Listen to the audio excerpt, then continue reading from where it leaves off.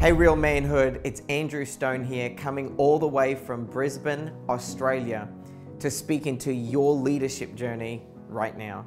I want to speak into your leadership journey in legacy and how to tell your story well. How will people remember you?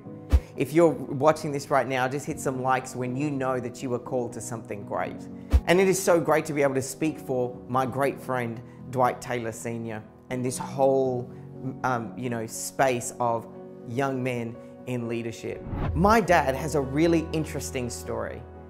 At 8 years old, he had the ability to make the decision to change our whole family story.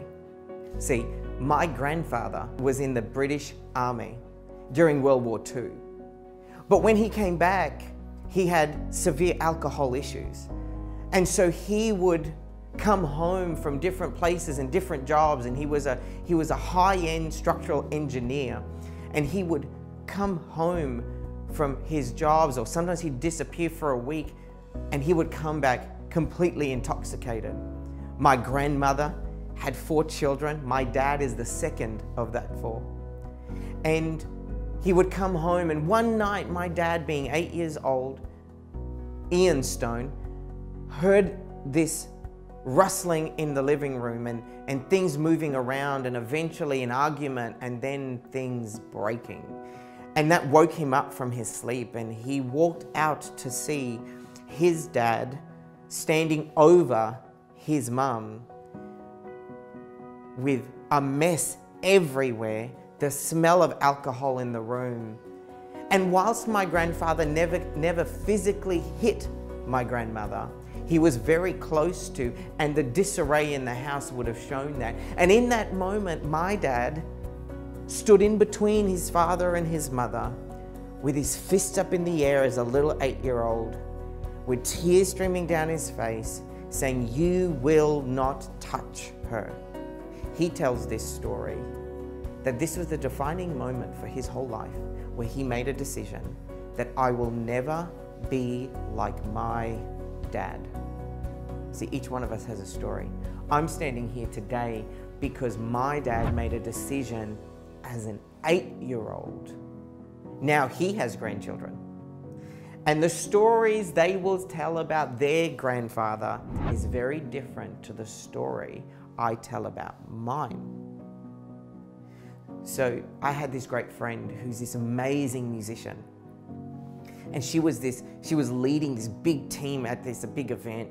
And I was speaking at this event, and I was watching her as she was doing her musical direction, and she was using an iPad, and every time she changed song, she would like squint a little bit at this iPad. And so I was intrigued, and so I went up behind her and looked at where she was playing her piano and whatnot, and I saw this iPad. It was fully just cracked. The screen was cracked. You couldn't really see everything clearly. And I kind of looked at her and I went, how did this happen? Now, we all know, if you're listening, we all know the person that is within our friendship group or our family that always happens to break one of their screens. You know, we just know there's always someone like that. Well, this crack was really bad. So I asked her, I said, "Jocelyn, how did this happen?" And so what she tells me in the story is one of her friends was using this iPad and was playing a game called Fruit Ninja. Now, I don't know if you remembered or have ever played the game Fruit Ninja, but Fruit Ninja was one of the first games ever brought out on any touchscreen devices. And what would happen was that fruit would fly up in the air, and you've got to use your finger across the screen to slice it as fast and as many as possible. So this friend of hers got really into the game and put this iPad on the kitchen bench top and started getting real competitive with it. And she started slicing these fruit over and over and over and over and over again. Like, if you're competitive, just put some likes in the comment box right now and on the screen. Because if she was getting super competitive with it, and she's sliding, and her finger caught the screen, right? And as she swiped this one time really hard, the iPad flew across the room, hit the corner of the wall, and just cracked the screen. And so I turned to Jocelyn and I go, "Well, doesn't it annoy you that you've got to look through these cracks on the screen? Now, I don't know about you, but I get really funny about my phone and my screens, that even if they've got a smudge on it, I've got to like wipe it on my clothes just so that it's clean. So I can only imagine what it would have felt like to have all these cracks on the screen. And so she tells me this, Jocelyn's response to me is this: at first it annoyed me, but then I just had to get used to it. I had to get used to looking through the cracks. And suddenly I realized the leadership lesson in this is that she had to lower her standard of vision in order to compensate and justify the brokenness that was presented to her. And suddenly I realized in our journeys, in our life as young men, that sometimes in life we get handed a broken iPad. Sometimes we get handed, it's not even our fault sometimes it's circumstantial, that we get handed in our story, in our legacy, in our life, like my dad was.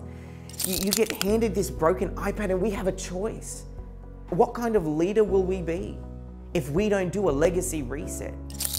Now, I'm a leadership strategist as my role in my career in our company.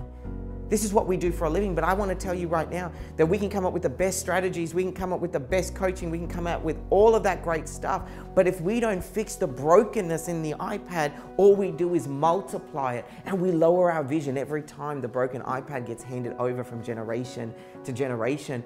And so I want to tell you, don't live with a broken iPad. Don't justify or lower your standard of vision and your story because you've been given this broken iPad.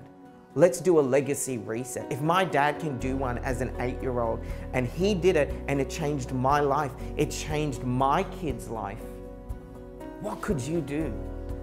Maybe you're listening and you're going, you know what? I have been given a broken iPad in my generational story. It's been handed down to me. Well, why don't we make a change right now? Be the leader that hits the legacy reset and says, you know what? I'm going to be a good dad, or I'm going to be a good leader, or I'm going to be a good provider. I'm not going to treat people this way because that's what I was taught. We sometimes get narratives in our mind of, well, that's just how it is. That's just how I am. But what if you could lead on another level so that when your grandchildren and great-grandchildren talk about you, the story they tell is compelling and honoring and leadership-driven? Sometimes in life we do get handed a broken iPad, and it's our responsibility to hit a legacy reset. That's the ultimate leadership move. You want to be a bold, wow leader, strong leader, be strong enough to hit a legacy reset. But what if you're like me and someone did the legacy reset for you and you're the beneficiary of it? Maybe you've got a great generational story because someone else did that for you. Well, you know what our job is? You know what our role is to then tell the story well and honor it and not re-break the iPad. And if you're listening right now, put it in the comments, you're ready for a legacy reset, type legacy reset. If that's you, you just say, I'm going to be a legacy reset leader, hit legacy reset, type it in the comments right now. If you've been given a broken iPad, it's your responsibility to hit the legacy reset button. If you're the beneficiary of someone else doing it for you, then it's your responsibility, much like mine, to tell the story well. So can I encourage you? Legacy and your story is the ultimate form of leadership. All the other great things can happen later, but let's get your story honored for the generations to come. Don't ever lower the standard of your vision to justify or compensate for the brokenness that may be given to you, but reset it so that your great-grandchildren can tell your story well. Hey, thank you so much for having me. It's been an absolute privilege to come all the way from Brisbane, Australia, to speak into your life, to speak into your world, because here's what I know: your greatness will be told for generations to come, because that's real manhood.